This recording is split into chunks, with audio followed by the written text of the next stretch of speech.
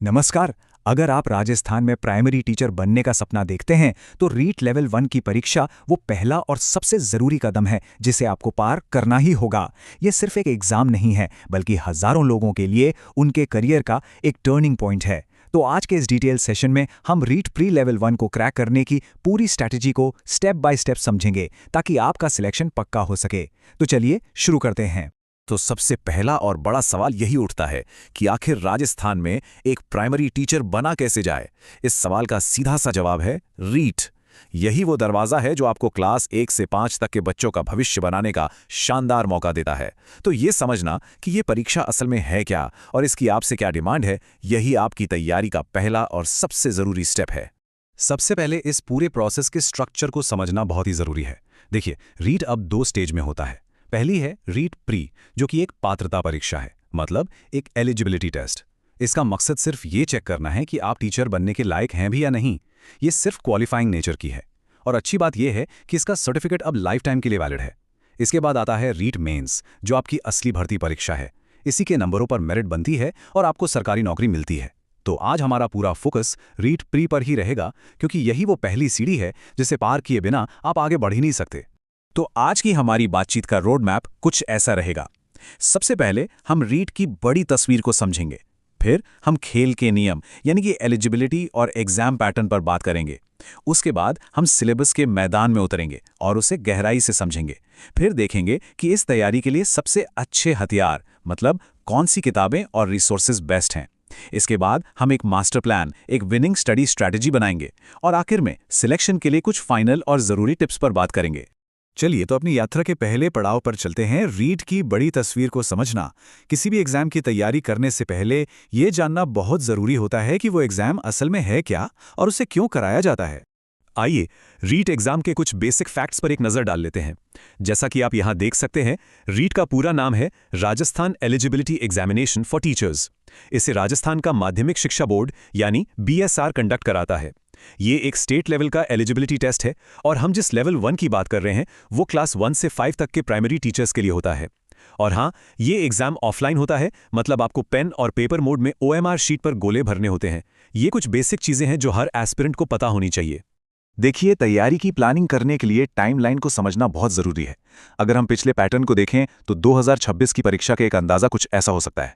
मान लीजिए अप्रैल में नोटिफिकेशन आता है, फिर एप्लीकेशन का टाइम और जुलाई के आखिर तक एग्जाम। इस टाइमलाइन को अगर आप ध्यान में रखेंगे तो आप अपनी तैयारी को महीनों के हिसाब से अच्छे से प्लान कर सकते हैं और आखिरी के दिनों की भागदौड़ से बच सकते हैं। चलिए अब दूसरे और बहुत ही ज़रूरी सेक्शन की ओर बढ़ते हैं, खेल के नियम, मतलब कि एलिजिबिलिटी और एग्जाम पैटर्न। ये जानना सबसे ज़्यादा ज़रूरी है कि कौन इस एग्जाम के लिए अप्लाई कर सकता है और पेपर का स्ट्रक्चर कैसा होने वाला है। यहाँ एक बहुत ही ज़रूरी और कंफ्यूजिंग पॉइंट आता है, रीट लेवल 1 के लिए कौन अप्लाई कर सकता है। तो सुनिए, ये मुख्य रूप से उन लोगों के लिए है जिनके पास एलिमेंट्री एजुकेशन में डिप्लोमा है, जैसे DL.Ed या जिसे राजस्थान में BSTC भी कहते हैं। एक बात बिल्कुल साफ कर लीजिए, B.Ed डिग्री वाले लेवल 1 के लिए एलिजिबल नहीं है। इसका कारण यह है कि लेवल 1 6 से 11 साल के छोटे बच्चों को पढ़ाने की पेडागोजी पर फोकस करता है, जिसके लिए DL.Ed का कोर्स ही खास तौर पर बनाया गया है। आइए अब थोड़ा डिटेल में देखते हैं कि कौन कौन से रास्ते आपको इस एग्जाम के लिए योग्य बनाते हैं। सबसे कॉमन रास्ता है कि आपने 12वीं कम से कम 50% मार्क्स के साथ की हो और साथ में 2 साल का DELED डिप्लोमा हो। NCTE के 2002 के नियमों के हिसाब से 12वीं में 45% वाले भी अप्लाई कर सकते हैं। इसके अलावा जिन्होंने 4 साल का BELED कोर्स किया है वो भी एलिजिबल हैं। एक और ऑप्शन है कि अगर किसी ने ग्रेजुएशन कर ली है और वो DELED कर रहा है या कर चुका है तो वो भी अप्लाई कर सकता है। तो आप अच्छे से देख लीजिए कि आप इनमें से किस कैटेगरी में आते हैं। उम्र को लेकर भी एक ज़रूरी बात है जो आपको पता होनी चाहिए। रीट प्री, जो कि सिर्फ एक एलिजिबिलिटी टेस्ट है, उसके लिए कम से कम उम्र 18 साल है, लेकिन कोई अपर एज लिमिट नहीं है। जी हाँ, इसका मतलब है कि किसी भी उम्र का व्यक्ति जिसके पास क्वालिफिकेशन है ये परीक्षा दे सकता है। लेकिन जो रीट मेंस है यानी भर्ती परीक्षा, उसमें अपर एज लिमिट 40 साल है। हाँ, कुछ कैटेगरीज को नियमों के हिसाब से छूट मिलती है। तो पात्रता पाने की कोई उम्र नहीं है, पर नौकरी पाने की है। अब आते हैं एग्जाम के स्ट्रक्चर पर, जो बहुत ही सिंपल और बैलेंस्ड है। कुल मिलाकर 5 सेक्शन हैं। पहला, बाल विकास और शिक्षा शास्त्र यानी CDB। दूसरा, भाषा आय, जिसमें आप हिंदी, इंग्लिश, संस्कृत जैसी भाषाओं में से कोई एक चुन सकते हैं। तीसरा, भाषा आय, जो आपकी पहली भाषा से अलग होनी चाहिए। चौथा, गणित और 5वां पर्यावरण अध्ययन। मजे की बात यह है कि हर सेक्शन से 30 सवाल पूछे जाते हैं और हर सवाल 1 नंबर का होता है। तो इस तरह कुल 150 सवाल और 150 नंबर। इस पूरी परीक्षा का सार इस एक नंबर में छिपा है, 150। 150 सवाल, 150 नंबर और 150 मिनट। इसका सीधा सा मतलब यह है कि आपको हर सवाल के लिए औसतन सिर्फ 1 मिनट का समय मिलता है। ये बात टाइम मैनेजमेंट की इंपॉर्टेंस को साफ साफ दिखाती है। यहां आपकी स्पीड और एक्यूरेसी दोनों का असली टेस्ट होता है। इस 150 के मंत्र को अपनी तैयारी के दौरान हमेशा याद रखिएगा। और ये रही सबसे बड़ी और सबसे अच्छी खबर। ये एक ऐसा पॉइंट है जो आपकी पूरी स्ट्रैटेजी को बदल सकता है। रीट प्री एग्जाम में कोई भी नेगेटिव मार्किंग नहीं होती है। इसका क्या मतलब हुआ? इसका मतलब है कि आपको सभी के सभी 150 सवाल अटेम्प्ट करने हैं। अगर कोई सवाल नहीं भी आता तो उसे छोड़ने के बजाय एक स्मार्ट गेस लगाना ज्यादा फायदेमंद है, क्योंकि गलत जवाब के लिए आपके नंबर कटेंगे ही नहीं। चलिए अब तीसरे सेक्शन में चलते हैं। हमने नियम समझ लिए, अब मैदान में उतरने का समय है, यानी सिलेबस पर मास्टरी हासिल करने का।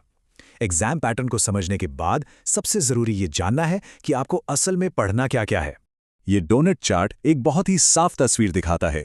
सभी 5 सब्जेक्ट्स का वेटेज बिल्कुल बराबर है, हर सब्जेक्ट 20%।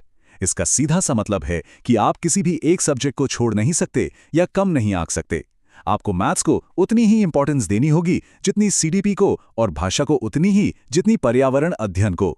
एक बैलेंस तैयारी ही आपको सिलेक्शन तक ले जाएगी। किसी भी टीचिंग एग्जाम की अगर बात करें तो बाल विकास और शिक्षा शास्त्र यानी सीडीपी उसकी रीढ़ की हड्डी होती है। अगर आपने इस पर अपनी पकड़ बना ली तो समझिए आपने एक बहुत मजबूत नींव तैयार कर ली है। ये सेक्शन न सिर्फ अपने 30 नंबरों के लिए जरूरी है, बल्कि इसके कॉन्सेप्ट्स आपको दूसरे सब्जेक्ट्स की पेडागॉजी से जुड़े सवालों को हल करने में भी जबरदस्त मदद करते हैं। तो सीडीपी में क्या पढ़ना है? ये कुछ ऐसे हॉट टॉपिक्स हैं जहां से सवाल बनना लगभग तय होता है। पियाजे, वाइगॉत्स्की और कोहलबर्ग, इन तीनों के सिद्धांत तो आपको घोल कर पी जाने हैं। इसके अलावा 6 से 11 साल के बच्चों की ग्रोथ और डेवलपमेंट का कॉन्सेप्ट, आनुवंशिकता और पर्यावरण का रोल, समावेशी शिक्षा, सीखने के सिद्धांत, सीसीई यानी सतत और व्यापक मूल्यांकन, और शिक्षा का अधिकार अधिनियम 2009, ये कुछ ऐसे टॉपिक हैं जिन्हें आप किसी भी हालत में मिस नहीं कर सकते। तो अब हमें ये पता है कि क्या पढ़ना है। अब अगला सवाल आता है कहां से पढ़ना है। तो चलिए चौथे सेक्शन में चलते हैं और अपने हथियारों के जखीरे पर यानी बेस्ट बुक्स और रिसोर्सेज पर एक नजर डालते हैं। आपकी तैयारी की नींव क्या होनी चाहिए? इसका सिर्फ एक ही जवाब है, एनसीईआरटी की किताबें। ये आपका एब्सोल्यूट स्टार्टिंग पॉइंट है जिसे आप बिल्कुल भी इग्नोर नहीं कर सकते। रीट लेवल 1 का ज्यादातर सिलेबस क्लास 1 से लेकर 8 तक की एनसीईआरटी की किताबों पर ही बेस्ड है। अपने बेसिक्स को मजबूत करने के लिए इन किताबों को पढ़ना मस्ट है। अच्छा, जब आपकी एनसीईआरटी से नींव पक्की हो जाए तब आप अपनी तैयारी को और बेहतर करने के लिए कुछ रेफरेंस बुक्स की मदद ले सकते हैं, जैसे कि अरिहंत पब्लिकेशन पेडागॉजी के लिए काफी अच्छा माना जाता है। लक्ष्य पब्लिकेशन की कॉम्बो गाइड्स और प्रैक्टिस सेट्स मार्केट में काफी पॉपुलर हैं। हिंदी ग्रामर के लिए लूसेंट एक अच्छा ऑप्शन है और रे पब्लिकेशन की किताब ईवीएस के लिए देखी जा सकती है। बस एक बात याद रखिएगा, 10 अलग अलग किताबें पढ़ने से कहीं बेहतर है एक अच्छी किताब को 10 बार पढ़ना। अगर आप चाहते हैं कि ऐसी ही डिटेल्ड और काम की जानकारी आपको लगातार मिलती रहे और आपकी तैयारी में कोई कमी ना रह जाए, तो अभी हमारे चैनल को सब्सक्राइब कर लीजिए। साथ ही सारे लेटेस्ट अपडेट्स, नोट्स और जरूरी सूचनाओं के लिए हमारा टेलीग्राम चैनल भी जरूर ज्वाइन करें। अब हम आ गए हैं इस पूरी बातचीत के सबसे क्रिटिकल हिस्से पर, 5वां सेक्शन, आपका मास्टर प्लान यानी जीतने की स्टडी स्ट्रैटेजी। सिर्फ ये जानना काफी नहीं होता कि क्या पढ़ना है, उससे भी ज्यादा जरूरी ये जानना है कि कैसे पढ़ना है। एक सफल तैयारी के लिए आपको इस स्मार्ट स्टडी साइकिल को फॉलो करना चाहिए। ये एक 4 स्टेप का प्रोसेस है। स्टेप 1, कॉन्सेप्ट सीखें, जिसके लिए एनसीईआरटी आपकी सबसे अच्छी दोस्त है। स्टेप 2, सवालों की प्रैक्टिस करें, जो भी सीखा है उसे टॉपिक वाइज एमसीक्यूज लगाकर पक्का करें। स्टेप 3, मॉक टेस्ट दें, बिल्कुल एग्जाम वाले माहौल में बैठकर अपनी स्पीड और टाइम मैनेजमेंट को सुधारें। और सबसे जरूरी स्टेप 4, अपनी परफॉर्मेंस को एनालाइज करें और रिवीजन करें। मॉक टेस्ट से अपनी कमजोरियों को पहचानें और अपने शॉर्ट नोट से उन्हें दूर करें। यह साइकिल बार बार चलना चाहिए। यहाँ कुछ गोल्डन टिप्स हैं जिन पर आपको खास ध्यान देना है। पहला, रोज पढ़ने की आदत डालें। हर दिन 5-6 घंटे की क्वालिटी स्टडी बहुत जरूरी है। दूसरा, अपने खुद के शॉर्ट नोट्स बनाएं, ये रिवीजन के लिए रामबाण होते हैं। तीसरा, पिछले सालों के पेपर्स यानी PYQs को जरूर सॉल्व करें, इससे आपको एग्जाम के पैटर्न का असली आइडिया मिलेगा। चौथा, रेगुलर मॉक टेस्ट दें, इससे आपका कॉन्फिडेंस बढ़ेगा और एग्जाम का डर खत्म होगा। और आखिर में, हर सब्जेक्ट के कंटेंट और पेडागोगी दोनों पर बराबर ध्यान दें। और अब हम पहुंच गए हैं अपने आखिरी सेक्शन पर। यह है आपकी तैयारी का फाइनल पुश जो आपको सिलेक्शन के रास्ते पर आगे बढ़ाएगा। अगर हम पूरी स्ट्रैटेजी को समराइज करें तो ये सफलता के इन 4 पिलर्स पर टिकी है। पहला पिलर, एनसीईआरटी से अपने बेसिक्स को एकदम क्रिस्टल क्लियर करें। दूसरा पिलर, पेडागोजी पर मास्टरी हासिल करें जो इस एग्जाम का दिल है। तीसरा पिलर, मॉक टेस्ट और पीवाईक्यूज के साथ लगातार प्रैक्टिस करें, प्रैक्टिस और प्रैक्टिस। और चौथा पिलर, अपने बनाए हुए नोट्स से स्मार्ट तरीके से रिवीजन करें। अगर आपके ये 4 पिलर मजबूत हैं तो आपको सफल होने से कोई नहीं रोक सकता। आखिर में ये सिर्फ एक एग्जाम नहीं है, ये एक जिम्मेदारी है। ये सवाल खुद से पूछिए, क्या आप राजस्थान का भविष्य, उन छोटे छोटे बच्चों के दिमाग और सपनों को आकार देने के लिए तैयार हैं? अगर आपका जवाब हाँ है तो ये गाइड आपकी इस यात्रा का पहला कदम है। पूरी लगन से अपनी तैयारी शुरू कीजिए, फोकस्ड रहिए